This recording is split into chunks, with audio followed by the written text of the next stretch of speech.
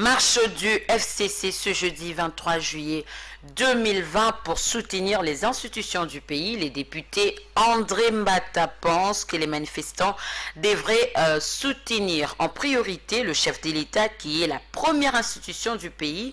Au cours d'une interview accordée à Congo Web Télévision ce jour, le prof Mbata est aussi revenu sur la question relative aux dernières ordonnances du chef de l'État dans le rang de l'armée, mais aussi au sein de l'appareil judiciaire. On l'écoute.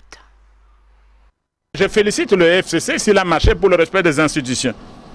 Mais j'espère qu'ils n'ont pas oublié que la première institution, c'est le chef de l'État, Félix Tshisekedi. Donc ils ont marché aussi ils ont marché aujourd'hui pour le respect des institutions. Et la première institution étant le président de la République, c'est une bonne chose. Et puis mieux vaut tard que jamais, si aujourd'hui ils se réveillent, ils disent qu'il faut défendre l'état de droit, on ne peut pas le reprocher, on ne peut que les féliciter, parce que mieux vaut tard que jamais, dit-on. Mais ça c'est surprenant, il n'y a pas de dérive dictatoriale. Ils se souviennent peut-être de ce qu'ils faisaient et ils croient qu'on répète la même chose. Il n'y a pas de dérive dictatoriale. Et même quand on parle du Conseil des ministres, aujourd'hui, vous savez que le vendredi, le Conseil des ministres se réunit. Mais il y a 11 ans, on ne sait pas quand le Conseil des ministres se réunissait, il ne se réunissait même pas. Donc, que nos amis se calment, et je crois que ce sont des petites tensions qui doivent passer. Le Premier ministre, on doit lui faire comprendre comment les choses marchent. Et à ce moment-là, on continue de l'avant.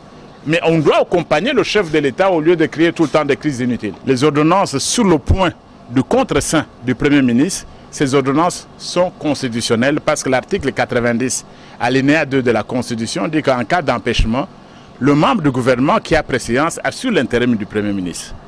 Donc ici, il a signé, ce n'est pas son acte à lui, c'est l'ordonnance du président de la République. Le Premier ministre ne peut pas croire que l'ordonnance c'est son acte, lui ce sont les décrets. C'est un acte, le vice-premier ministre n'a fait que contresigner.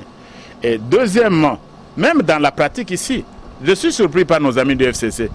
Pourquoi? Parce qu'en 2018, il n'y a que 2 ans, le vice-premier ministre chez Okitundu, vice-premier ministre, il avait contresigné. Et puis les copies étaient certifiées conformes par le professeur Mouilania, directeur de cabinet actuel, coordonnateur du FCC. Ça n'avait pas soulevé de problème. Aujourd'hui, pourquoi ça doit soulever des problèmes? Parce que c'est le président Félix Tshisekedi. Je ne sais pas. Mesdames et messieurs, sachez également que la composante